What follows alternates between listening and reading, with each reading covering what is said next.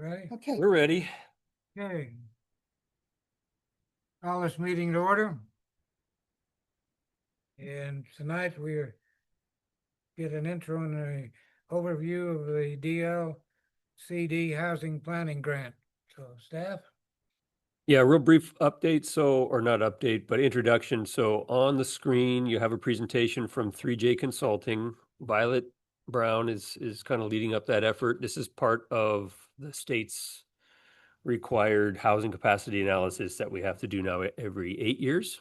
So we did one 8 years ago, well, almost 8 years ago, kind of 6 years ago. And so we're doing the one that's going to be adopted next year for the following 8. 3J Consulting was chosen by the state, by my request, actually, to kind of lead up this process. We, or you, the Planning Commission, is the public advisory committee for this effort. And eventually will come to an actual hearing to adopt it like it did last time and go all the way through council as a full comp plan amendment. But this is our first meeting. This is kind of an introduction to, she's going to go through, Violet will go through what the project is, kind of where we're at, an overview of their scope. In your packets, you have their scope and you have the state's report. Fascinating read. So, you can always grab that. State did a report on why we do these things. They put out grants to make it happen. We apply for them, and then we scope it out with the consultants. So that's what Violet's here to do. This will be our first meeting. And any questions before we jump on? Okay. Violet, I'll hand it over to you. Awesome. Well, thank you so much, Josh. I will do a quick introduction, give you a little bit of my background. But first, I just want to say my goal tonight is just to make sure that you guys get really comfortable with what this is, what we're embarking on doing for this next kind of project cycle during this DLCD grant cycle. So just interrupt, ask any questions. You won't throw me off. It's fine. That's what I'm here for. I just want to make sure that you guys get really comfortable with what this is and what we're trying to do. So I've been a planner in Oregon for 12, 13 years now at this point. Before that, I was a housing attorney. I worked for legal aid and I represented elderly who were getting evicted or kicked out of their home for one reason or another, or were victims of fraud or scams. And so I did defense of elderly to keep them in their homes.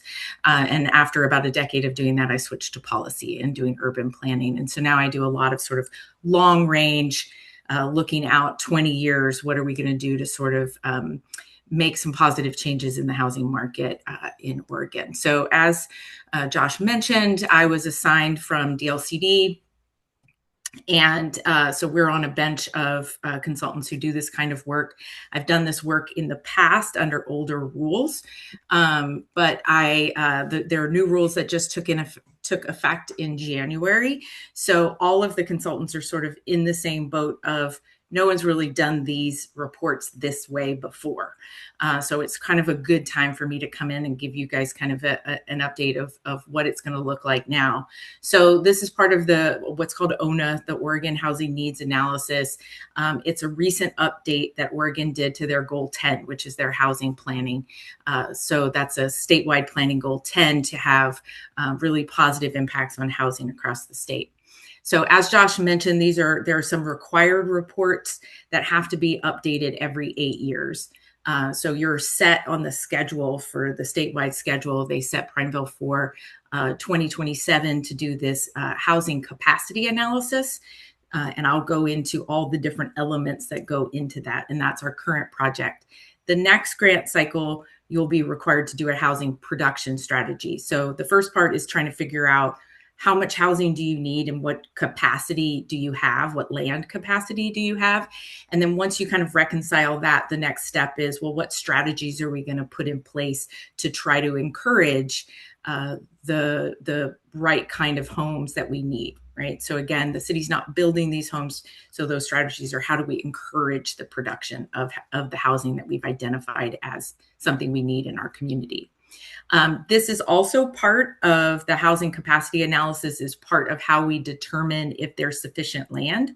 So this is when, if you do the housing capacity analysis and you determine that you don't have enough capacity to fit the growth over the next 20 years, that would trigger a change to your urban growth boundary. We're not anticipating that at this cycle, but this is the mechanism that does that for housing.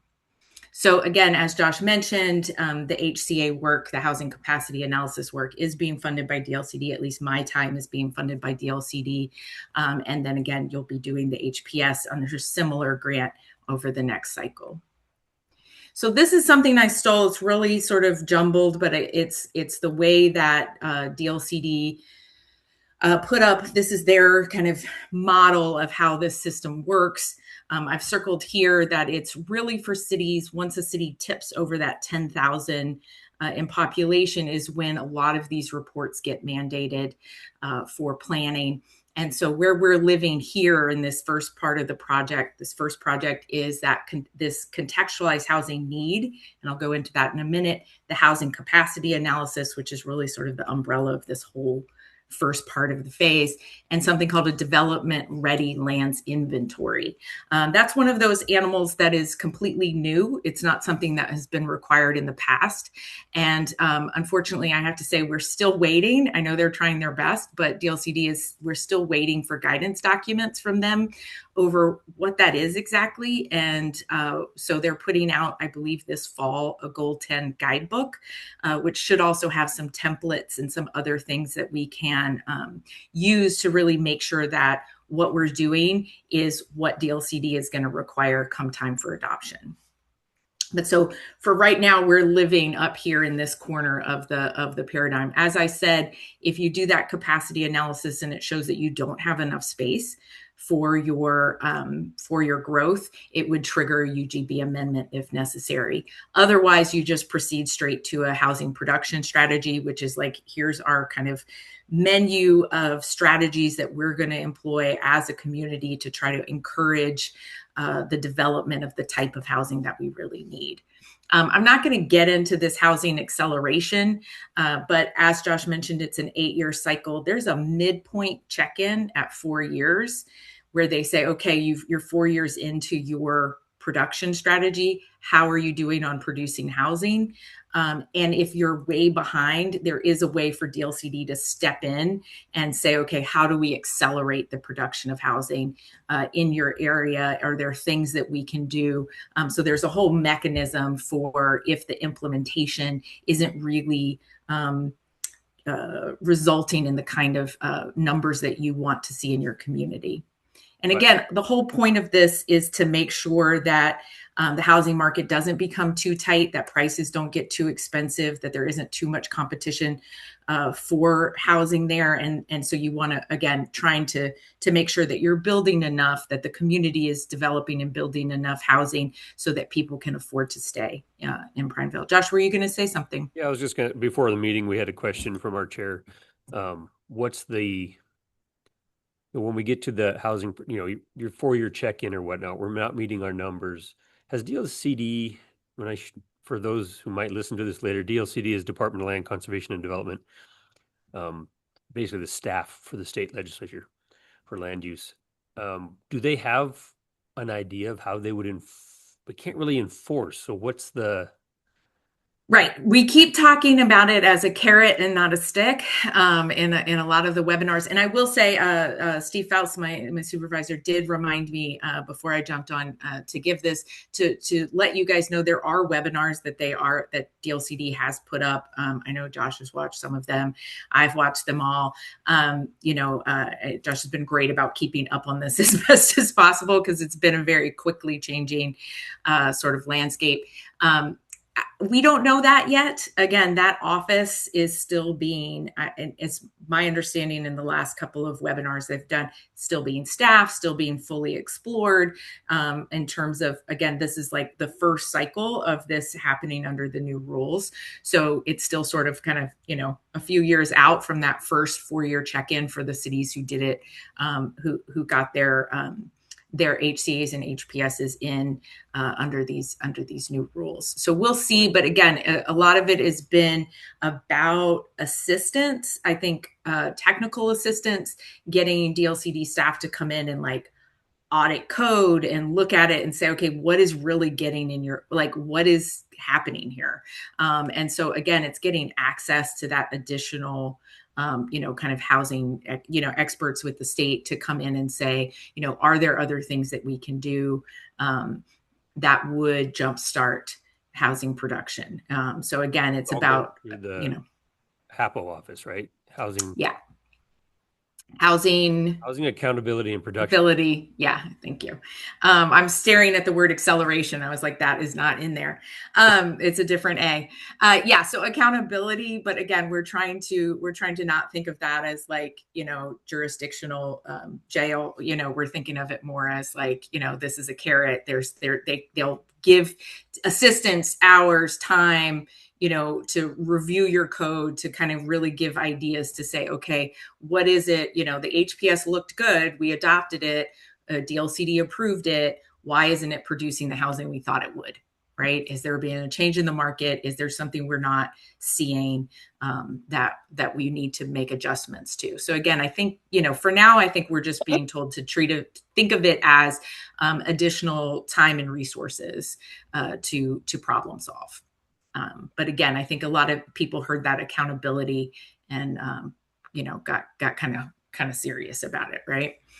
So 2028 will be the HPS. So we put the status report. I gave you guys, there was a 2024, 2025. Now we've got a 2026 report. This is where they are taking the state's growth, the anticipated, and this is a combination of population forecasts, which has always been part of what used to be the H&A process, housing needs analysis process, always looked at population forecast out of Portland State. For the first time ever, this is also looking at underproduction. So there's a whole methodology in, and I think that's why Josh and I both were kind of smiling and saying, this report is sort of an interesting read. It's got, all of this methodology around how they come up with these numbers for each of the cities and counties in the state to say, here is your target over the next 20 years of how many units we think you need to produce in order to have a healthy housing market in your community. And again, they're looking at growth that can be birth and death rates. I've talked to Portland State a number of times for cities who thought maybe their forecast was off, didn't understand it. We've called them and tried to get them to explain it to us. And other than just telling us it's their assessment of birth rates, death rates, different trends in the housing market, I think are also part of that. But this time they are also looking at underproduction. So if it's a really tight market already, then they're going to be adding additional units to try to get that to the optimal kind of market as opposed to just the growth. So that's been something that I think was really driving them to want to have like a statewide methodology instead of each jurisdiction hiring a consultant who was going to kind of apply their own methodology to come up with what the need was. Now they're just giving you the need. So that's where we're starting from there. The other thing I thought was really interesting about this report is it also lists peer cities. So it will give you cities, and they aren't necessarily in your region, although I always try to find ones that are, but it'll list like a dozen different cities that they consider peer cities for your market. So that may be, out on the coast, it may be down in the south of the state, but they're looking at the size of the city and the type of housing that is needed, or the number of units that is needed to try to give peer cities. And so when that's available, I like to use that to say, okay, I can tell you something about your city and your demographics. You have X percentage of people living in poverty or Y percentage of people living with a disability. I can look at the peer cities and say, okay, but how is that? Is that a high number? Is it a low number? How does that compare, to give you some sort of context? So I'm not just giving you numbers in a vacuum. So I do use the peer cities from that report. And I just listed which agencies. This is really coming out of the Office of Economic Analysis, from DAS, Department of Administrative Services, but also, as Josh mentioned, DLCD, Department of Land Conservation and Development, and also the Department of Housing and Community Services, all really collaborated on coming up with this methodology and these reports. So here is your allocation. And this is what I said. I put this together with your some of the peer cities. It listed Hermiston, which makes a certain amount of sense, the Dalles, and also Malala. I listed Malala too because it was listed as your peer city, and it's also another client of mine, which I think I can see a lot of similarities in the housing market there and just the size of the city.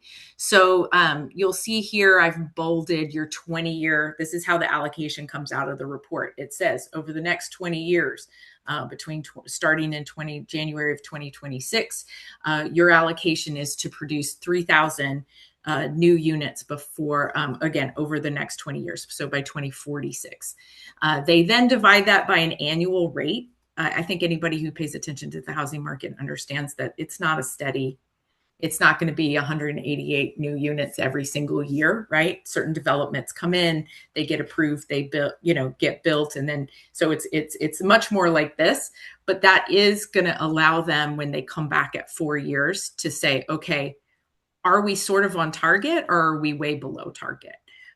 So again, if you're like shockingly below target of that, 188. So say, if you've got in 4 years, there's maybe 700 new units, then you're right on target. If it's way down at 200 or 300, that might be something where you're like, okay, why isn't this happening? We need some assistance from the state to help us figure out what we might need to do.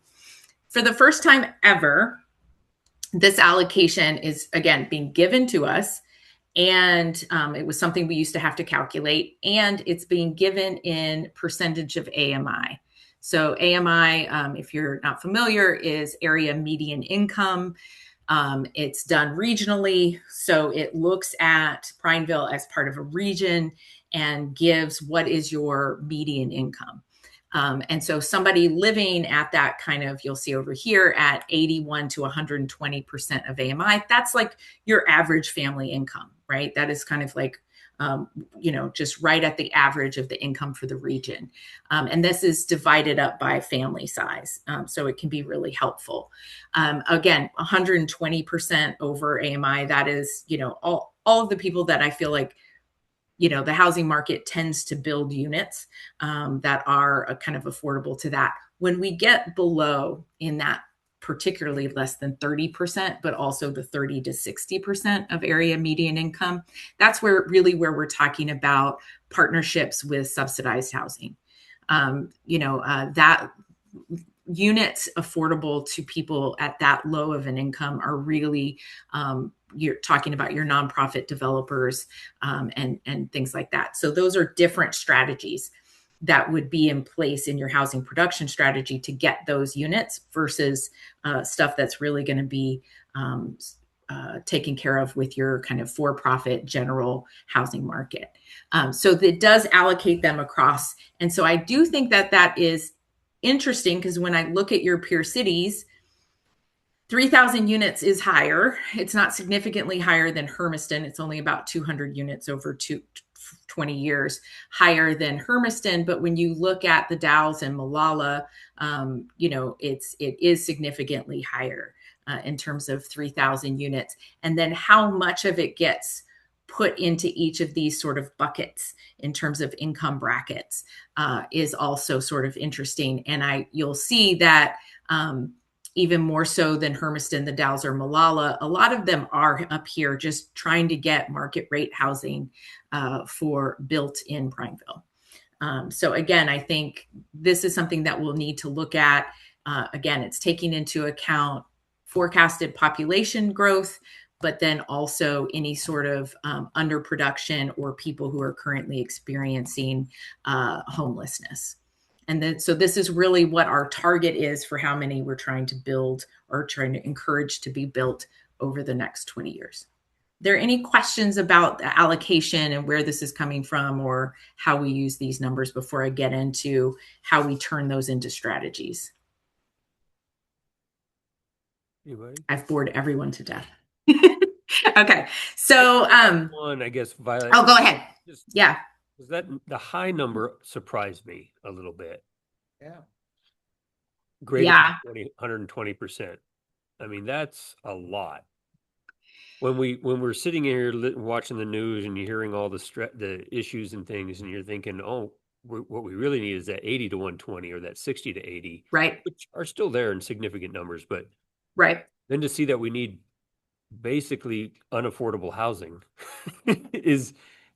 was surprising. And I don't know Well, if that's our growth right. rate and our economic, because of our just trajectory for our income level has shot up significantly over the last 5, 6 years. Yeah.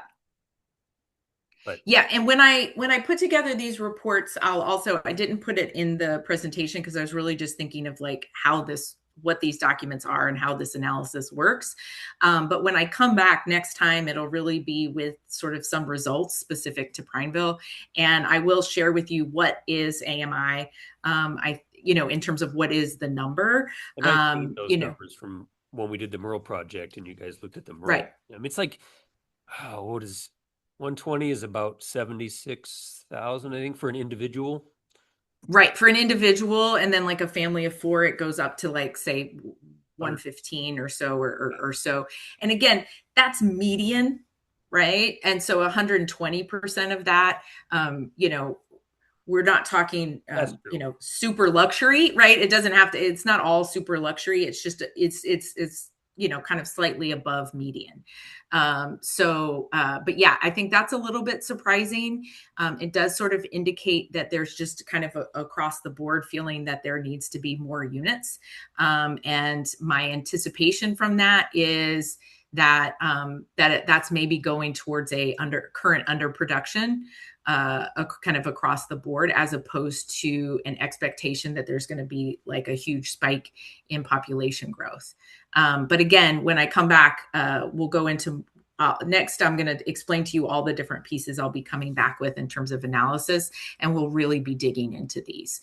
But again, this is a whole new thing in terms of, it used to be that you would hire consultants and you do an H&A, and they're going to take the population projection number, which is just like one total number, saying, okay, you're going to go from, 12,000 to 16,000 over the next 20 years. And therefore you need to hire an economist and turn that into units and tell us how, what type of units and what characteristics they need to have. Now we're getting that information to start with. And because again, the state's created this whole office to do this analysis and to come up so that all across the state, we're all using the same methodology. So once we take those numbers, the first thing we need to do is put them in a context, which is exactly what all of our brains just tried to do, put them in a context unique to Prineville. So what does that mean? So the first thing we'll do is a contextualized housing need memo. I've already started drafting that. Josh and I have been talking about it. Again, I'm going to share it with you guys this fall once we get a little guidance from DLCD over what they anticipate this to be. I will say that this document is something that is not entirely new. It's a little bit changed from what it used to be, but I have written these before for other cities under the old rules. And so they're a little bit tweaked with some different elements to it, but by and large, they're the same document as it used to be. And really, so that's taking that number, that 3,000 number, even the number that's, as it's allocated to different income brackets, and saying, but what are the demographics within Prineville that tell us what characteristics, what types, and what location of units should we really be allocating those to? So what we do is we look at people living with disabilities. I mentioned that earlier. That is one that you can say, okay, if you have a higher than the county average, and Prineville does not, it's right on the county average of about 20% of the community living with disabilities.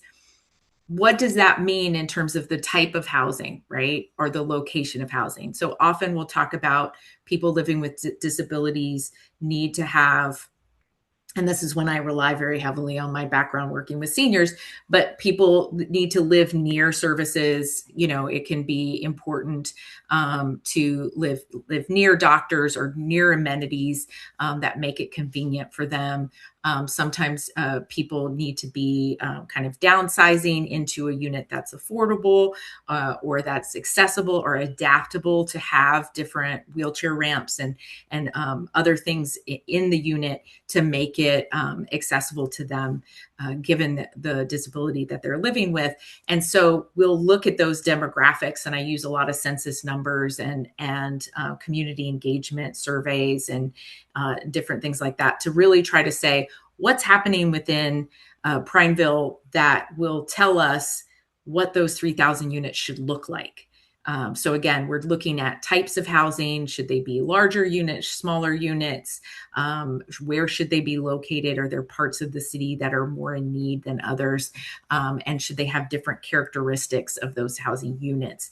So we look at, by statute, we're required to look at people living with disabilities as a community. We look at people living under the poverty level, communities of color and tribal communities. And we try to look across all of these different communities and say, okay, what are the numbers telling us are really the needs that that Prineville has beyond just this number of 3,000? How do we put this in a context that's unique to Prineville? And that's a combination of just data collection, crunching numbers from the census, looking at maps, and then also some community engagement. This is also the piece where we're required to show that we're complying with the affirmatively furthering fair housing. And one of the new elements that we have to add this time is looking and doing an assessment of the history of housing discrimination in any of the jurisdictions where we work. And that's something that DLCD has said they recognize that that's a new requirement. It may be something that they may be able to help us with in terms of being a resource for some of the history. So again, we're looking at things like, is there a history of discriminatory covenants where, with the deed, it'll say that it can't get sold to a person of color. If those are still kind of lingering around from a history, then that's something that we would sort of address in here. And I have come across this before. Yeah. They're not, you can't do it anymore, but I have come across old deeds that still say right. that. And as So, the companies hit them, they take it out. But yeah, exactly. So again, it's just acknowledging that there might be that history lingering, and wanting to say, do we think that's still having an impact? And so one of the ways that I look for that is I will give you guys a chart that says, all of your different communities by race across Prineville. In terms of like, if some community is, say, 75% of the population, but it's only 65% of homeowners, then it's like, well, what's happening there that's making there be a discrepancy? Because you would think if everything is happening as it should, then whatever percentage you are of the population should track with home ownership. So if we're looking to say if there's any barriers to home ownership or things that we need to be supporting or encouraging, this is where we really flesh out what's happening behind these numbers. So again, that's that context, that contextualized housing need. We're really trying to look at across the community through a combination of data and conversations, interviews that we do, talking to different groups to try to figure out really what do those numbers mean and what do they look like for Prineville. At the same time, my mapping specialists on the other side of my office are working on the BLI. Now, BLI is something that's been around for a long time. It's your buildable lands inventory. It's looking at, do you have a 20-year supply of land? This map that I put up here is just a preliminary of constraints that was done this summer, just looking at topography, wetlands, slopes, all the different things that make land not really buildable, so that we can come up with how much of the land is actually buildable, how much is vacant. Do we have space for 3,000 new units? Something that's new for this time, there's a few tweaks to how we do BLI under the new rules, but another one of these, as I mentioned before, a completely new entity is this development ready land inventory, which I have very high hopes for, which is not just, is it vacant land, but is it actually developable? Meaning, is it annexed? Is it zoned residential? Is it near utilities? Is it free of encumbrances and restrictions? And that goes to like, I think it goes down to like, is there a water line within 30 feet of the property line? I mean, it really is looking at, not only is it buildable, meaning it's vacant or partially vacant, and there's buildable space, but is it actually development ready? And how much development ready land do you have? Or is this going to show us that there are some things that need doing in order to get this land development ready? So that's a new thing. And again, we're hoping to get some guidance from the state over what that should look like, although we have been in communication with them ever since the grant was awarded to really understand what our scope. And you can look at the scope where we really tried to define what some of that means and to pull in as much of the statutory language as possible to make sure that we understood what we were embarking on doing and making sure that what we produce is in compliance with the statute. That is when my legal background does make me feel a little bit better, because it is a whole language that I feel like I learned very early in life. Development ready lands inventory. I was part of that original, I wouldn't say rulemaking committee, but the kind of focus group on how are we going to do this. I'm really curious how they're going to do it, because if you have enough money, everything's developable. So it's kind of one of these situations that you determine when that water line is too far away, right, on the land. And it's like, it's an impossible calculation. I don't know how they're going to determine this. Well, and that's, I'm patting myself on the back for deciding 3 years ago to take the job at 3J, because probably 2/3 of our house here are civil engineers. So being able to have engineering in the building and ask them questions over a lot of this stuff. Yulia Reisman, our GIS supervisor, who I've worked with at 2 different firms now for the last 15 years, I believe. And she's been doing this 30 years, and she works with both long range planning with me, but then also with our civil engineers. So again, having that expertise to really look at some of this and dissect, what does this mean to be development ready? Like you said, with enough money, everything's developable. But again, I think they've come up with some definitions, some distances, so we've been spending this summer kind of cleaning up the data, looking at this. She's produced this map of the constraints. You'll see here, you probably can't because it's so tiny, but you'll get the PDF of this presentation if you want to look over it. The kind of dark pink is those are slopes over 25%. Again, it's not going to be any shock to you guys in Prineville that you've got some big slopes there. And then the yellowish kind of is very high landslide susceptibility. Green is your open space. And then again, the hash marks are that rim rock. So again, she's looking really at all of that and trying to apply the statutes and say, okay, how much of this land is really developable? Then we go into zoning. So once we do the buildable land, how much of it is developable? Then we go, how much of it is developable and buildable and appropriate for residential, right? So how much of that land, what is it zoned? What does it need to be zoned? And so we look at this and we come up with some findings around your residential land needs analysis. So each of these pieces that I've talked about, the contextualized housing need, buildable lands, development ready lands inventory, and the residential land need analysis, all of those get summarized and coalesced into your housing capacity analysis. Your HCA is really the findings of all of those pieces. And that's what you end up adopting come the spring. Okay. The last piece of that is we will look at, and this is the part I think that will be probably one of the most useful pieces for Prineville, are what changes should we make to our comprehensive plan and our land use regulations and zoning in order to address the findings here. So it's not a full audit and rewrite of your code, but it will be taking all of those findings and distilling it into Now let's look at your comp plan and your code and decide what suggestions we can make for how you can most efficiently use your land uses.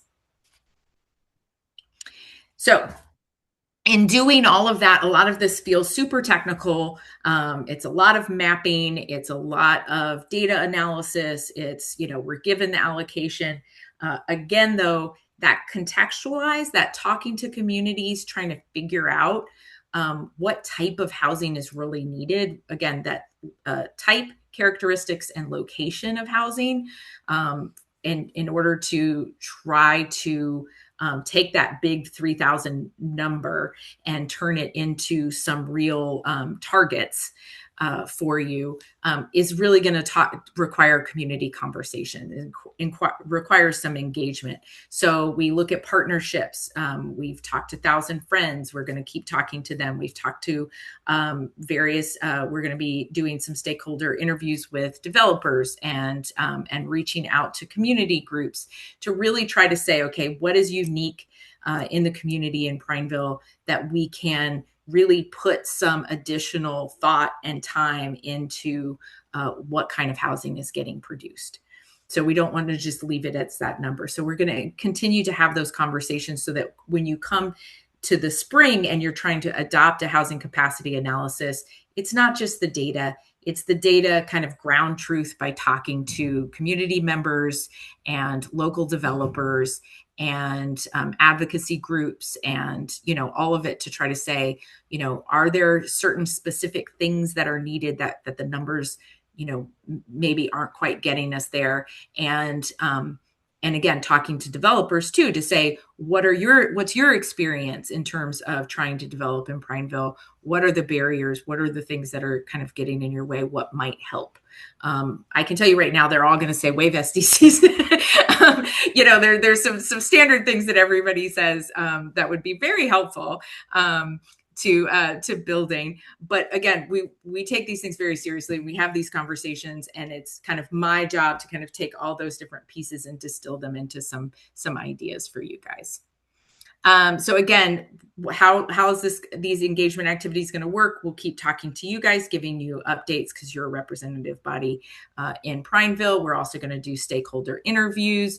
And again, that may be talking to an advocacy group like a senior center or somebody who, could be visiting nurse, somebody who deals with, advocates for communities who live with disabilities or other groups. It could also be a for-market developer or a nonprofit developer or something like that to try to figure out what some of the pieces unique to Prineville would be. We have scope to do some online surveys where we're going to put out questions like, what are the biggest concerns you have around housing? What are your goals? What are you what are you worried about in Prineville for housing in the future? What kind of units do you feel are needed? Again, trying to make sure that the data is really telling the story the way people are experiencing it in Prineville. And we'll also keep up with updates to the city's website and maintain an email list when we start to put some of these documents out for people who want to get information about the project. So I put together just kind of a graphic. Josh, this is updated from before because, again, it took forever to get this project off the ground. And that's true for all of the ones that we've been working on. Again, rolling out new rules has been just a very slow process. And anytime you're dealing with grant funding and all of that, it just seems to take a little bit longer. But we started this summer by drafting a public involvement plan, which is just really designing that kind of engagement to say, who are we going to try to talk to and what information are we hoping to get from them and how are we going to use that information in our reports and that contextualized housing need. Right now, the draft is just very data heavy. It's a lot of tables and charts around affordability and disability and communities of color and all the statutory requirements. But again, as we talk to community members this fall, that draft will evolve, and then you guys will have something to look at next time I come and talk to you. We've also been, as you saw from the couple of maps that were already up there, getting really digging in on data collection and analysis in terms of mapping these things, getting permit data, and trying to make sure that from the kind of technical land inventory standpoint, we have all of the metrics that we need in order to get that work done. And Yulia from my office has been working on the development ready lands inventory and the buildable lands inventory. As we get into the winter is when I will be taking kind of the results of those things and summarizing them and starting to pull them together into a cohesive document for you guys. So again, we'll be doing an online survey this fall where we're really talking about that contextualized housing need. We're scoped. We can do one again in the spring when we get closer to sort of results to make sure that that what we're finding is resonating with the community. And then you're kind of geared up for adoption in the spring. Because the grant cycle ends in June. So I think it sort of pencils down by that first week of June with this housing capacity analysis piece. And that's that one document that you'll adopt. And it's going to have elements of all of these different pieces that we've talked about.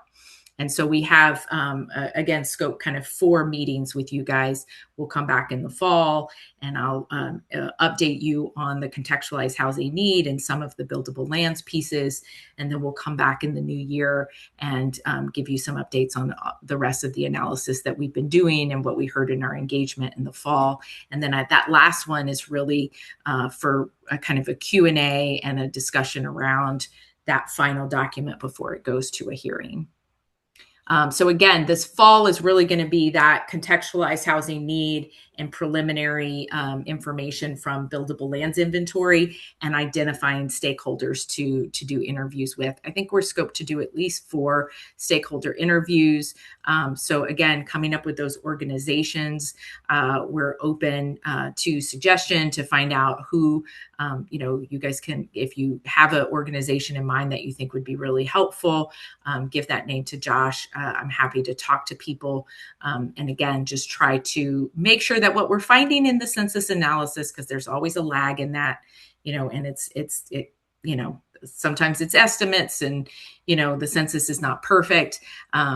Making sure that what we're finding on paper is really resonating with people who actually live in Prineville and know the most about what's going on. So that's really where we are. And that's the last I have in terms of just setting up the introduction of what we're working on and why, and what you can expect coming into the fall. So I'm open to any questions, anything that was unclear, or if I didn't talk about something that you're familiar with and you want to go into it, just let me know. I have a question. I assume that we're talking about multifamily as well as single family housing. So yeah, rentals and homes for purchase. Mm-hmm. Yes. So 3,000 units just means 3,000 dwelling units. And it doesn't tell us how many of them need to be for owner occupied or how many of them need to be for rental. That is not given to us in the allocation. That is, again, up to our kind of interpretation through that contextualized housing need. So we do also look at home ownership rates. We look at, I think we all know that, there's a place for rental units, obviously, but they are also more vulnerable. Just in general, because the building can be bought out from under you, even if you're paying on time and a good tenant. It's just a more vulnerable situation to be in than a home ownership. Then again, we also look at home ownership and the risks, the kind of difficulties with foreclosures, particularly I think with people trying to age in place. And sometimes we look at, for the housing production strategy, sometimes it's grants for maintaining repairs on, for owner occupied housing, or subsidies to help with heating costs and different things like that just really help people maintain their home. So again, this is across the board, all housing market, from the smallest studio apartment to kind of, market rate, large, multi-bedroom home ownership opportunities. Along those lines that Priscilla just asked, how are they gonna, or are they gonna count things like SROs, like single room occupancies, senior living with it isn't necessarily a dwelling, but they live in Right. a housing community, I guess. Right. That is a good question. And I will say I would have to ask, because I mean, I do believe that, like, say some of the like accessible units or senior living, I think it depends on um, how individual that unit is, right? Versus being in units that are set aside for people who are of a certain age or who are living with disability, as opposed to, an adult home, or, or something like that, right? So I think there's probably a distinction, but I haven't looked that up yet. And I assume it involves something about, facilities, like do they have their own kitchen? Do they have their own kind of Right. Most space? don't, like Or, they'll be sharing the right, kitchen, or they have a cafeteria that cooks right, for them, and their room has a right. sink and a microwave. But that's a very good question. I think that we can definitely ask that. One of the things that you'll see that's come up a couple of times, and Josh and I have talked about this as well, is how do we count pipeline projects, things that have been in the works or have finished building since the count stopped. And and what I was told recently is that really comes into play when you get to your housing production strategies. So if you this is all about trying to put a context around that need, and studying how much space you have and how much land you have, and how likely is it to meet the need for new housing. When you get to next cycle and you're needing to put some strategies in place to say, okay, we're going to adopt these, say, 10 strategies to prioritize, this type of housing over that. If something has been built, so say you're a community that has a larger percentage of people living with disabilities. If, say, Catholic Charities has come in and built some accessible housing in your community, and it's a certain number of units, those would get counted towards your need. And you may not need to have a strategy encouraging more if it's already sort of been met and been built. So one of the things we do for the housing production strategy is to summarize what the need was and say, okay, well, the HCA ended here. Here's all the things that have happened since then, right? So that we can so that we can get it caught up with the reality on the ground, and then say, okay, here's the remaining need. And so here are the strategies that we're going to put in place to address that remaining need. So at that point, I think if there was, say, an SRO that was built for a particular thing, we would talk with DLCD to figure out how exactly we allocate those. Again, the allocation every 8 years, Right. I want you to think of it as a moving target, right? It's never done. It's never like, okay, It's zero. right, it's never zero. So again, which is why, like, Josh and I had the same question starting out this project, which is, if you look at the 2025 that was in your packet, and then you look at the 2026, the need went up. And it's like, that implies that we built nothing, but we did. Why aren't we getting credit? And I had to dig into that methodology and realize that the 2026 number, they decided to take an average of the 2023, 24, and 25 to kind of smooth the data to say, okay, we're going to take an average over the last 3 years of what the allocation was to come up with what your new allocation is. So again, it's always sort of, that goalpost is always sort of moving. So again, it's never going to quite get to zero. But again, Josh, I think it would also be sort of a question, because you do your reporting every year on the produced and permitted reporting, and I don't know on there how they account for, say, SROs, but that's definitely a question that we'll follow up on and make sure when it comes time to counting everything. And I was told if you feel like there was something that wasn't appropriately accounted in the past, I think that's less for you, Josh, because you've been on top of this, but sometimes cities, there can be turnover at cities and they look back at old reports and say that, that didn't account for this development or that. That's definitely something that the office is willing to take amended from the past to just really make sure that what's being built is being accounted for appropriately, so that when you get to your right now, and I actually just got a call from Marty at DLCD to comment on their, they had this big report on how we do production strategies and how we account for what we approve and what gets built. And one of the problems we're having is our county and many counties and cities use certain programming like Acela. It's free from the state, but it doesn't have the ability to count what they want us to count or sort what they want us to sort. So we don't track single room occupancies. We don't know when they're doing it. They can come and go. We don't track specific types of units and be able to separate them by city and county. So we're losing, I think we're losing some of those counts just based on the fact that we don't have a mechanism to count them. So yeah, they understand that too. So, and they're trying to figure out ways to modify that so we can get better dialed in numbers. So, but again, it's going to be moving along. And I think with the end of that 4 years, they're going to say, how you doing? They're going to see a lot of development in Prineville and go, you're probably doing okay.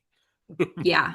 And I think I will say one of the takeaways I've had just with working with DLCD over the last few years around these housing reports and the different kind of housing policies is, there is an understanding that it's not what works in one city is not going to work in another city. They're coming out with a whole guidebook. There's 3 guidebooks are coming out this fall. Goal 10 for housing, goal 14 for urbanization and UGBs, and small city planning. So again, they recognize that for the smaller jurisdictions, some of this counting is difficult. There is a requirement to do some geospatial analysis in terms of looking across your community to try to map if you have vulnerable populations within your community. That doesn't work for a city the size of Prineville. All of my most of my clients are smaller jurisdictions. I don't know if they just knew I was from I don't know if DLCD just knew I was from South Louisiana in a city of 1,200 people with 1 caution light and 1 Piggly Wiggly, but they gave me all the small jurisdictions. I'm doing unincorporated Tillamook County. I'm doing Astoria, Prineville, Molalla. So that's really where my heart is. And sometimes we download these numbers. If your city is 2 or 3 census tracts, then I can't map across 3 census tracts. I think we did this for the city of Molalla. It's 2 census tracts. If you try to say what is above average or below average, it's like, well, then one of them is average and one is below. Like it just, you've got 2, you can't take an average of 2 things. So again, it just, and they've been very flexible to say, do what is available, do what makes sense for your community. And what works in Portland or Salem in terms of mapping and data collection and crunching all these numbers is not going to work everywhere. And they've at least been very flexible with that, I think. And I've really devoted most of this summer to trying to figure out what is available for smaller communities so that we can get to what they're really trying to ask, even if those numbers that, again, would be ideal if we had a system that could easily sort them. But again, trying to get at what is it that they're trying to accomplish by asking for this analysis, so that I can get us as close to that as possible while still being mathematically realistic. I'm not going to map something by block group when one block group is like 3 people. That doesn't, for 6-year-old data. That doesn't make sense. I don't know if those 3 people are still there. So again, I've been having those conversations with the state. I will also say I'm meeting with professors from PSU who are part of this equity analysis, and trying to let them know what I think is working and not working. And so those are sort of ongoing conversations. That's sort of become my sort of expertise is trying to help small communities get caught up on the data and make sure that they're meeting all of the statutory requirements in a way that is actually makes sense and is realistic. So that's something that we're working on for sure. Josh, anything else while you got me here? I don't have anything No. else, but I'm Jason, curious on these charts, the difference in population growth versus the total needs, and that delta, like, right, it's 24,000 in our central region. So what does that mean? which chart you looking at Page 31. in the DAS, Oh, right? on the DAS report? So down at the bottom says population growth of 34,890, and then total needs for housing is 58,949. I was just curious what that information is telling me. That's the Yeah, I don't. Okay. Go ahead. Yeah, for all of Central. I don't have that page open in front of me, but again, my understanding of the methodology is they're trying to get to your overall need by combining how many units are needed for new growth. So that population forecast. So if you're say the region's going up by, I think you just said 30,000 was part of the forecast, but then we're getting to 50 because there's a 20,000. That to me is speaking of that people experiencing homelessness and underproduction, where there's not enough units today. So again, we'd have to get up to enough for today and then add the growth, right? So I think that delta. This looks like exactly the same as our chart. It's just turned the other way. Right, I was just trying to. And it's for the understand Central Oregon region. that delta between saying if the population growth for the central regions assumed to go up 34,000. So I we think need 58,000 houses. because, You're saying over the 20 years, we're 24,000 housing deficit. I think the difference between population, correct me if I'm wrong, Violet, and the actual housing needs, because we count a dwelling typically has like 2.5 people in it. Why would we need 24,000 more houses? So you have your total need for housing. Oh, I see what you mean. You have more housing. Yeah. We're only And again, I think it's because the methodology goes into, there's like a factor. They multiply it by like 1.46 or something like that. Don't quote me on that. It's on one of the pages and I can look it up and send it to you. But there's a whole factor that they do to try to account for again, people who are currently there. So it's not growth, but who are not housed, or underproduction, meaning that like people are maybe even doubled up, or they're living in housing that's smaller than what they need.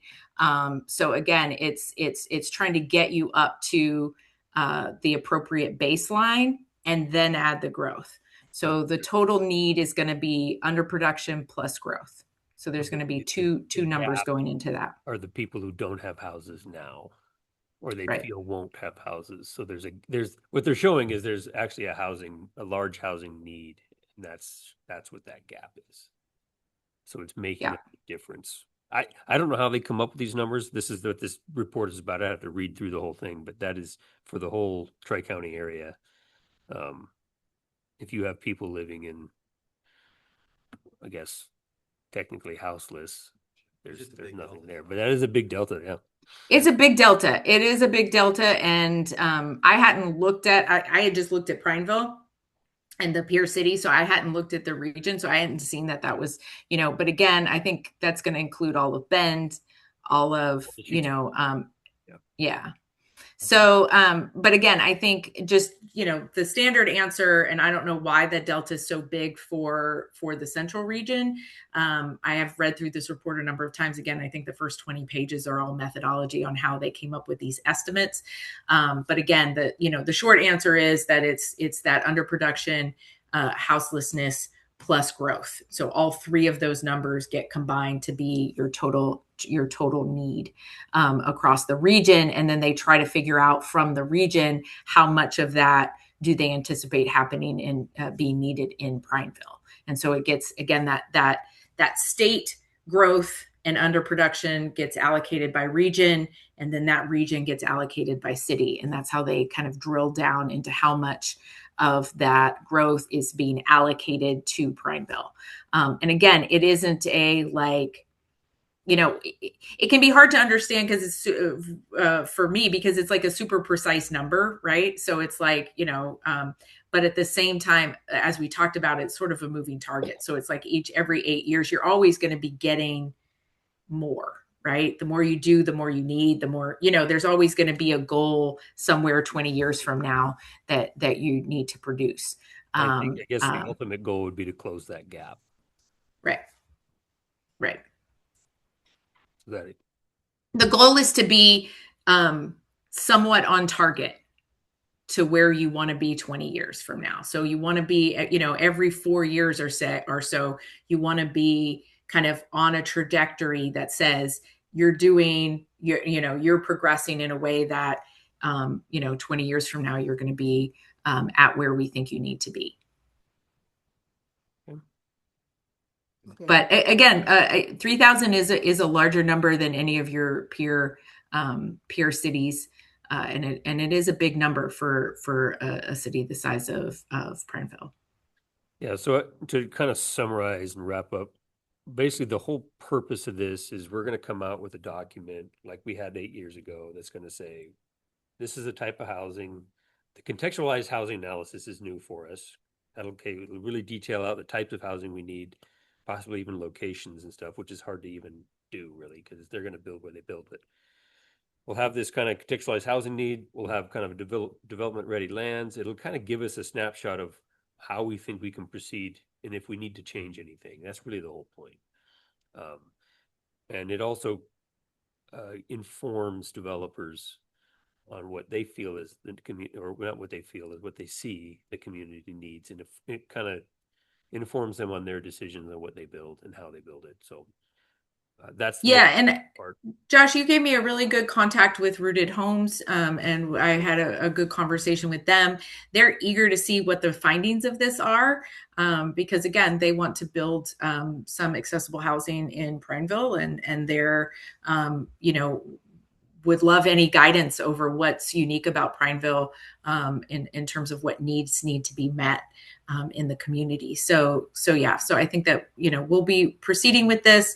I will definitely look into and ask DLCD in terms of if we have an expectation of why the delta is so big for the central region. I think that's a completely legitimate question, and I can follow up on that for you. Anything else before Violet gets to go home? Or she probably is home.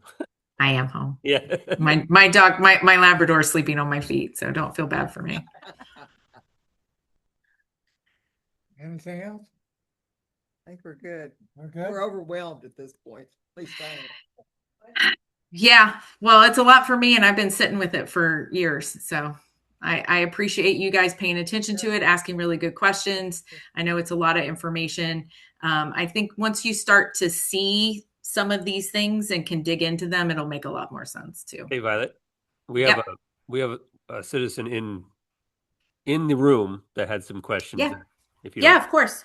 To the microphone. And I can put the presentation back up. I took it down, but I can share again if we need to go back to a slide. Just let me know. Name and that. Hi, my name is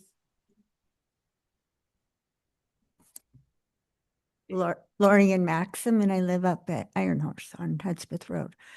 I was just taking notes as you were talking about these things, and one of my questions is, you kept saying we.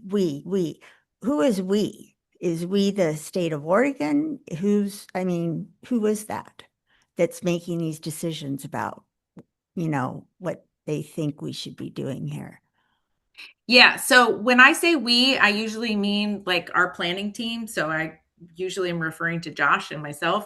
But sometimes if I say we, I might be talking about like we as kind of Oregonians, like we have a urban growth boundary. It's part of we have goal 10 where it's like statewide as communities, we try to strive to have affordable housing. We try to do these reports. So I think I mentioned UGB and I just kind of threw that out there. But again, as a state, we decided that we were going to have a system that prioritized preserving farmland by requiring cities to do this kind of analysis and say, do I have enough land within my existing urban growth boundary limits to build all of the housing that needs to be built to house the people that we're anticipating are going to live here over the next 20 years. And if we don't, as a community, there's a mechanism for expanding. So sometimes I will say we, and I mean like, we have a system, meaning Oregonians.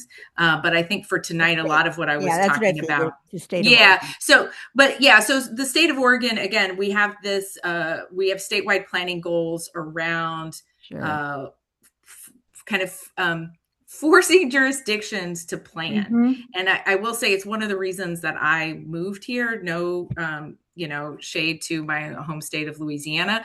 But they let there's so much sprawl, and it's like, you'll drive down the highway and it just goes from one, kind of suburban, thing to the next, or I've done a lot of planning in other states around the country, and Oregon really put in place some rules to kind of make sure that doesn't happen and to prioritize keeping farmland accessible to people who still live in cities. And so again, there are these statutes around forcing us to say, do we have to analyze and say, do we have enough space?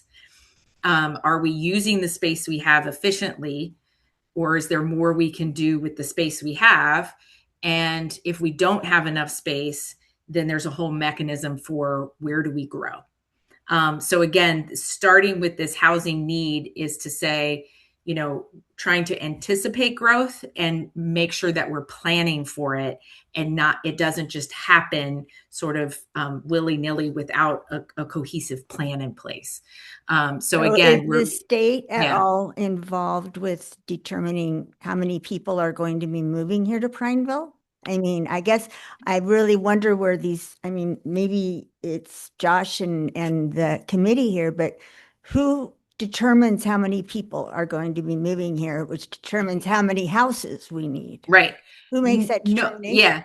Nobody gets to determine who lives there or how many people move there, right? Necessarily who, the number. Yeah, or even how many. Determines the number of people that will be moving here. Nobody determines that. So nobody determines. How do you come up with these numbers then? it's that's what we're saying is kind of we have a growth forecast. We have a general growth forecast that Portland State puts out saying you're going to grow at, say, 2%. And it's based on historic growth and what, conditions that you see. So you can kind of project that there's going to be so many people moving here based on what you saw in the past. So you have an idea. And they're actually pretty accurate. And so that's how they determine that. So is the goal then of Prineville to get as big as we can? I mean, no, it's to accommodate the growth as it comes. So in the state of Oregon, you can't have a moratorium. You can't say we're done. Prineville's out. We've grown as far as we want to. We're done. That's not how it works. You can't stop growth. So if people want to live in your community, you're going to grow, and then you have to try to accommodate for that. So I like to. They call me a planner, but I actually call myself more of a manager. You don't really plan growth. You kind of manage it as it comes. And there is no mechanism. For example, people like to talk about moratoriums. Like if you go into a moratorium in the city in Oregon, there's like a 6-month window where you have to figure it out and get back on board. You don't just shut your doors. Yeah, and I'm not That's not- suggesting, that we have a No moratorium. one's determining. We I'm could- just trying Yeah. to Get down to- determine where, it's kind of like he said, the population growth is going to be, is this 20 years? Is this a 20-year thing? That what you're looking at there is for the Central Oregon region. Right, which includes Bend. Yes.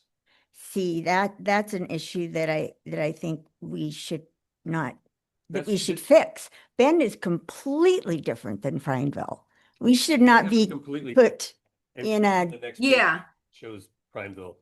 So they did this report is based on the entire state. We don't Right. have to look at their numbers. We look at our numbers. It's Yeah. just giving you the And- whole picture.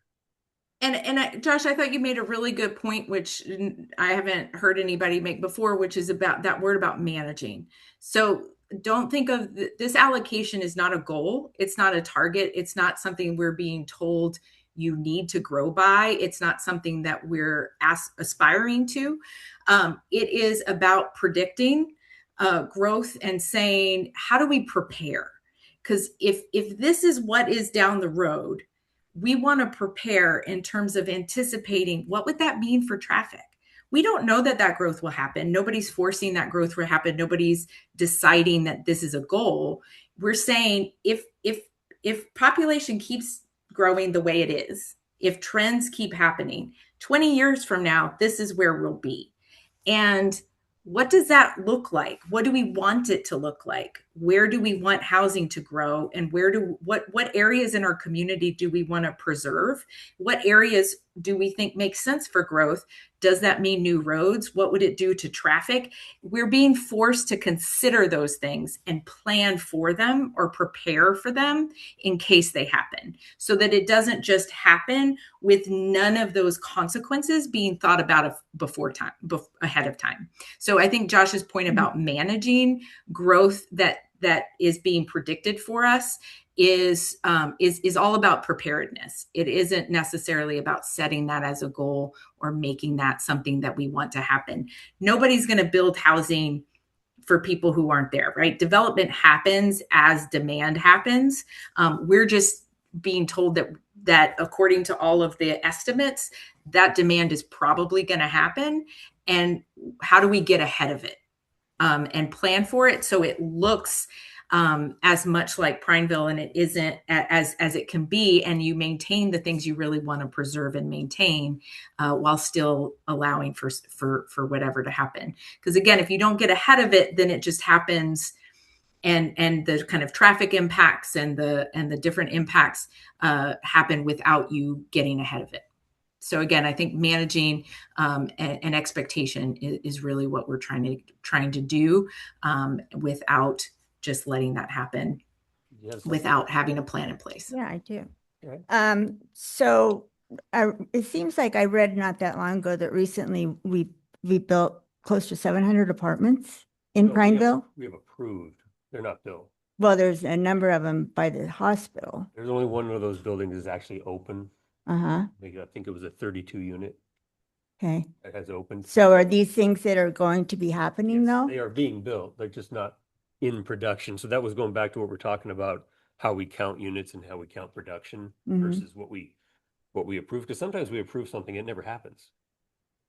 We actually look at the building numbers. So as those apartments come online, so the first building was 32. Total they're building out there right now is 192. And then if you look on the Madras Highway, there's another 130 actually going vertical. But they don't have a single building open yet. They only have the one. So So we're already anticipating people there. We already anticipate that the number of apartments we're building, that there's going to be that many people moving here that are going to need to live in these apartments. That's what the builders are hoping for, because they want to Well, of course they do. Yeah. But I mean, eventually, if this is the way we keep thinking and doing things, we're going to get rid of every small town we have in Oregon. That's what happens, yeah. Well, that isn't what needs to happen. That isn't what people want to happen. People move to Prineville because it is small. And don't laugh at me, Josh, okay? So- Listen, When you move, that's the thing. People are moving to Prineville because they want they one live thing. here.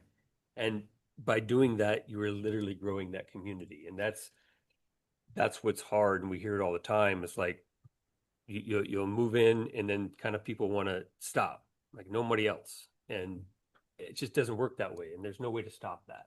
Well, there is I mean, you just don't encourage people to move here. I mean, it's very simple, quit building Facebooks and all those kind of Well, places. Determine that either though, right? If a community wants to build a commercial industry, they do that. And then the jobs. What community wanted to build that, though? I You mean, look I at- guess you're I'm looking saying, back in 2009 when we didn't have any jobs, right? We had unemployment at almost 25%. mm-hmm, That's what kind of brought us out of that. So mm-hmm. there's all these dynamics that happen and why communities grow and why they fall. Some communities are cratering. Look at John Day, look at Burns, Hines. So these communities are collapsing and they're trying to find something. And so it's always moving. Well- Prineville just happens to be a hotspot. Central Oregon happens to be a hotspot. Yeah. In Oregon, not so much. So that's- I just think that number one, we need to make darn sure that we're not basing our figures on anything that's happening in Redmond or Bend. no, we That is a totally different Yeah. environment. we don't. Okay. Absolutely. And I think that's why it was good that we have those peer cities listed. Again, I've done planning in Malala. I hear a lot of the same concerns about growth there. So I'm very familiar with these concerns and they're real. And I appreciate you coming and speaking to this. Again, there's only so much that we can do, but again, we're not looking at Bend. We're looking at really more communities that have something in common, not just in the region. Well, and right? who's moving here? I guess that's my question. Who's moving to Prineville? If you say you can't look at Bend, this is saying Bend wants to build 34,000 houses in the next 20 years. So if you talk about people not wanting to live in big cities, if you put 34,000 more houses in Bend, people in Bend are also going to want to come here that want a smaller place to live.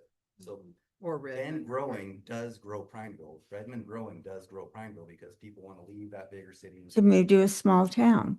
Which in turn raises Prineville with it. So Well, but we're losing it. There's something wrong with how this whole thing works because we are losing the small towns in Oregon. They're being, well, it doesn't have to be a moratorium. It can be just where you don't encourage it, That's one of the reasons we will have community meetings and involve other organizations and thought processes into this. It's, And I wouldn't say that we encourage it. Well, I You would have hope rules- not. You have rules and laws that you have to follow when you build, but I'm not out there asking for people to build homes. Well, I hope not. You I don't mean, go out there yeah. but it's free market type capitalism, Yeah. Well, I have just one more thing and then I'll leave you guys alone. When you refer to stakeholders and you refer to, Mm-hmm. Different groups of people as stakeholders, everyone who lives in Prineville is a stakeholder. It's not just the friends of whatever and the group of this and the group of that. I mean, if that's where you're getting your information from, then you're not getting the right information because it's the people in Prineville who are the stakeholders. It's the people that live here, that have lived here for 20 years. That we are the stakeholders. Oh, absolutely. And one of the things we're going to do is we don't have a big public meeting because again, a lot of this is really technical, but we are going to have 2 online surveys for people in Prineville to fill out and answer questions around what their priorities and concerns and issues are. We need to have a meeting.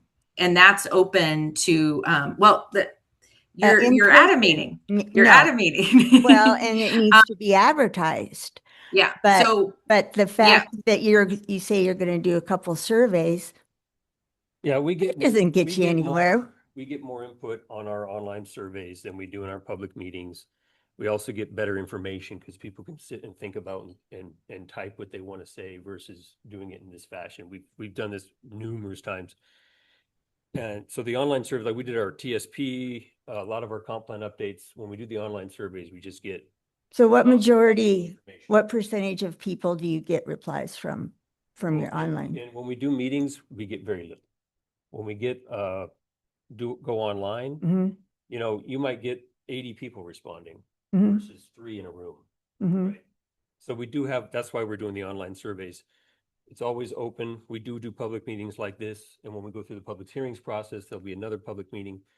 But when you say stakeholders, it's also people that work in the industry. So you have Housing Works, Neighbor Impact, you have Best Care, you have 1,000 Friends, Rooted Homes, people who have data of their own where they know the types of needs that people are asking for. When someone comes in and says, I can't find, I have a group of women that want senior housing. They want more senior housing. And they're like, why aren't we building more senior housing? Well, no one wants to build senior housing over here. So those are the types of stakeholders I think we're kind of talking about, kind of those groups that have that knowledge base of what they're working in. Okay. And then, of course, the population of Prineville is also a stakeholder, and that's why we do the surveys. And Yeah. Yeah. I think that, and I've told the Crook County Commissioners Board this. You guys are awful at advertising these things. You do the little legal thing in the back of the newspaper. This needs to be, these kinds of meetings need to be put on the front page of the newspaper so people can see it, so they can come. They don't know what's going on. This meeting is actually not even a public meeting. It was just an advisory meeting. So we're letting you speak because you were here, but it's not actually a public hearing. So Well, so at what point can they come and give they you can their, ask me anytime they want. And then when the document actually goes to a public hearing, and you remember this document is just a comprehensive plan type document, it doesn't actually do anything. The code does things. It's just informative. We have one of these now. The city has a housing capacity analysis. When it goes through the public hearing process, you can comment on it. But again, it's more of a technical document that just gives you base data, and then it informs how your code should be written to accomplish certain things. And by the that's time it all gets does. to a public hearing, though, it's already a done deal. Well, That's the that's what I'm saying, problem. the information, like Violet's saying, it's technical. It's not like you change the numbers. The numbers are the numbers. Mhm. The Yeah, strategy is different though.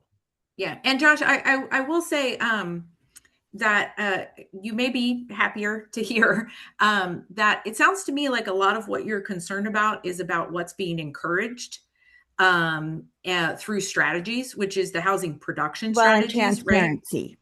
The Yeah. transparency. And when we do, like when I did a housing production strategy for Malala, and if I'm lucky enough to do your housing production strategy on the next cycle, that does include a public meeting, because I think when we get down to the nuts and bolts, instead of just crunching the like what's buildable land and what's this allocation we're being given from the state, but when it comes time for the city to adopt policies Mhm. over what kind of housing to encourage, what to discourage, what to allow, and what to forbid, and really come together with policies over producing this housing, that I think is really very much open to public comment and public engagement, and understanding, well, yeah, but we may need to build some unit, or we may need to legally plan for some growth, but that's not the housing we want to as a community encourage. Mhm. We don't want to have a policy around that. I tend to always do a public meeting around that, because again, that's really where you're starting to talk about what is our strategy in terms of what we're willing to do and what we don't want to do as a community to plan for the growth. So again, the capacity analysis Josh is absolutely right, super technical document. In other than understanding if there are certain types of housing that people need more than others in terms of meeting that 3,000 unit number, we're trying to understand what are the needs of the community. Again, is it accessible housing? Is it small unit housing for seniors? Is it this type of housing? What is going on in the community to help us understand that need? but it sounds like a lot of your concerns around growth are really about what we're allowing and encouraging and incentivizing or forbidding as a strategy. And that's the Well, housing yeah, production and the groups strategy. that And we that would are have a getting meeting. information from, we go to the affordable housing or the different groups that are out there. And this has nothing to do about discriminating against any group whatsoever. This has to do more with we're putting ourselves out there, and then they might look and say, oh God, yeah, that would be a great place to do this. So we need to be careful who we are talking to and encouraging, because we might be talking to the wrong people, you know? Just because they say something doesn't mean it's the truth. So I think we are very trustworthy of people out there that we maybe shouldn't be so trustworthy of. So that's it. Thank you very much, Priscilla. I appreciate your time. That's fine. Okay. It's Violet, but yeah. Okay. Well, Okay. I appreciate Priscilla too. It's fine. Um, Priscilla's been nothing but lovely. that's okay. Yeah, and I think no, again, I think these are really good points, and I appreciate people coming You out. said them both. Okay. Okay. Violet, I think that was it from commission. Anything else? Yes, we're done, yeah. Okay. I think we're good and we can let you go. Did you have anything? Awesome. You're good? Well, thank you guys, and I look forward to coming back with some more answers and more conversations as we go forward with this. Again, I really am super grateful for the opportunity to use my legal brain and my planning brain to work with small communities, because again, that's my background. That's what I always called home, and I really appreciate getting to know Prineville, even virtually. So thank you guys. See you, Violet. Okay. See ya. Seriously, if you're gonna have meetings that are impacting our city and our community, they need to be advertised on the newspaper, on the front page, so people know about them. People, there's a lot of older people here that don't even get on the internet. I mean, they just don't. And to go to the back of the newspaper, you can't even read the print part of it, So you need to be transparent. And I don't feel that that's happening. Thanks, guys. Okay, moving on. Yep. Planning Commission matters. Yes, Peters Road Extension update. Yep. So I was gonna pull it up, but then I thought, you know what? I already have a draft ready. So I'm just gonna pass you out this draft. This is probably gonna be at our next meeting in September. Talked about this a bunch of times it's more of a corridor study on moving what we did in the transportation plan to a different route and why. So this is probably going to come up at our September 15th meeting. I haven't noticed it yet. I've been kind of holding off to make sure everything's ready to go, but I'll probably notice it next week. And this is what we're planning on doing. It's kind of it's comp plan amendment, and with some property owner that will get individual notice where that line is being kind of moved to. So there'll likely be some of those owners here just to give them an opportunity to say, hey, this is a good idea, this is a bad idea, this is great, I like it, or just whatever it might be. This would get passed. It would amend our TSP for those I think those 4 projects. So the different colored lines, is there Yes. a legend somewhere? There's an actual full map that would go with this that has the legend on it. I just cut those out. I just wondered the difference between the Yeah, maroon colored and the gold colored. yeah, there's a whole thing. So the M14 is the pathway, the off-street path. B3 is the bike path. P2 is pedestrian walkways, so sidewalks. And the R2 is the actual route, the road. Okay, thank you. And there is a legend to that. I just didn't bother printing all. It's okay. I just was trying to figure out Yeah, what? this one that went up to the north. I was That's like. an off-street that's trail, weird. yeah. That's a good point. And that's one of the things that I can put that in there. So it's actually in that document versus I have a larger map that's easier to see. It's fine. I just need an explanation. Well, that's a good point though, because if someone just picks this up, they won't know.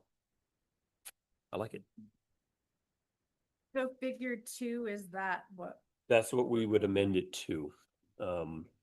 We've been talking about this for a long time. And we've moved that line around since 2005. And we kind of discovered this new route that keeps it low versus bringing it back up. And that kind of triggered, hey, maybe this works out pretty well if we can get all the property owners on board. So And it allows the owner of that. the Smith Landing property, They- it helps them. build And it. this gets back to some of the stuff we were talking about earlier in development ready lands. So you'd look at Smith Landing and go, development ready. But because of the road, the roundabout that needs to be, needs to happen eventually, water extensions, sewer extensions, those infrastructure just kind of blow it out. And having a major collector go through your property, wiping out half the homes or at least a row of them, just makes it completely financially infeasible. So it's, And totally unattractive. yeah. So that's what we're gonna do there. That's the only update I have on it. Okay, anything the commission would like to discuss tonight? Under tearing up Main Street. They are. So Okay, that's our Main new, Street. that's our new winter road. This is so people don't slide around. We're just gonna leave it like that. Is the drain problem getting fixed with this too? Drainage should be getting fixed. I don't know if I'll have to talk to It doesn't Justin to seem see be if getting they're, cut out yet, though. yeah, I sure hope they're fixing those pipes. You don't want to be flooded out again. Flooded office again. I don't know, actually. I'd have to talk to Casey and Justin, those guys. If you see Justin out there, just flag him down, because I know it will be improved because it'll be sloping right. But I don't know if they're actually pulling the pipes up, because if you don't see them pulled up, then Watching. they might not be. The catch basins, I think, were getting moved or replaced, but no. Yeah, they just did all the grinding around it, so I'll have to check. thought they might come up if they grind it all out, so. Check. But yeah, Main Streets, if they just did grind it, they lifted all the manholes, they're paving here pretty soon. So they have to lift them out yet. I don't know what the plan was there, because I know we talked about it. I thought you were mentioning too that they were gonna do some bump out. Curb extensions, when the Cadillacs went in and they kind of said, we're going to replace all of our sidewalks. That might be a future plan, but at this point, we just put it back in place, mostly because we don't know exactly where to put that. It's easy to move out. It's hard to move back in. We have lighting that was going in. We didn't want to put in the wrong place. The drainage would have then absolutely changed that whole corner, because then we have to move the catch basins to the troughs. So I think they just said, and those guys wanted to get it done and open. We just kept the curb line the same.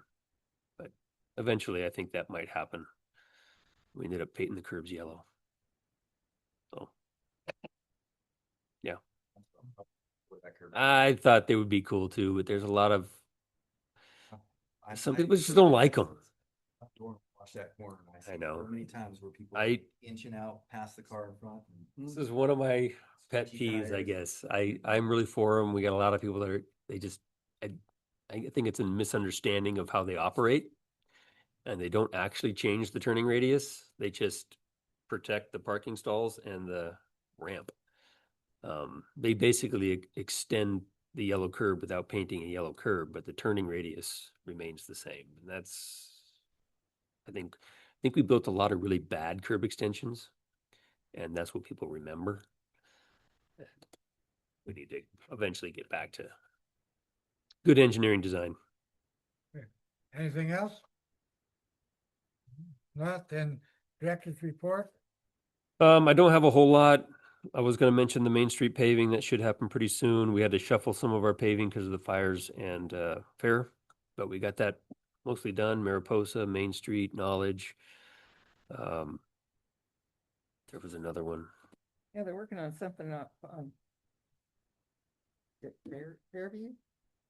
I think, Fairview's done. yeah, Fairview No, I mean, was paid. across Main Street, across Third Street, That's, yeah, over by toward the park.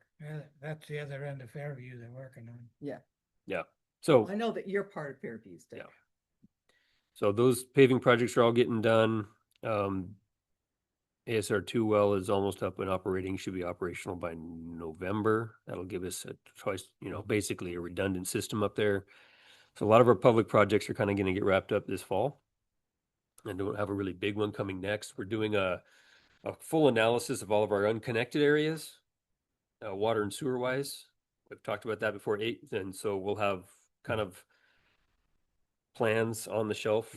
So if we ever get another infrastructure bill, or if we get some kind of grants or whatever, we have these water and sewer projects to connect places like south of town on Lynn that doesn't have any water. They only have sewer. We have areas with sewer but no water, water but no sewer. So, and we're also looking at the whole southeast part of town, the Melrose Bailey area, on how that might work if we extended services down there, because eventually got the BOR pipe in the way.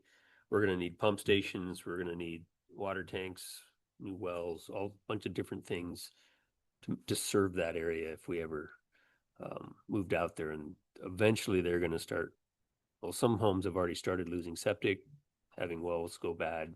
So how are we going to serve them? We want to have that kind of ready to go.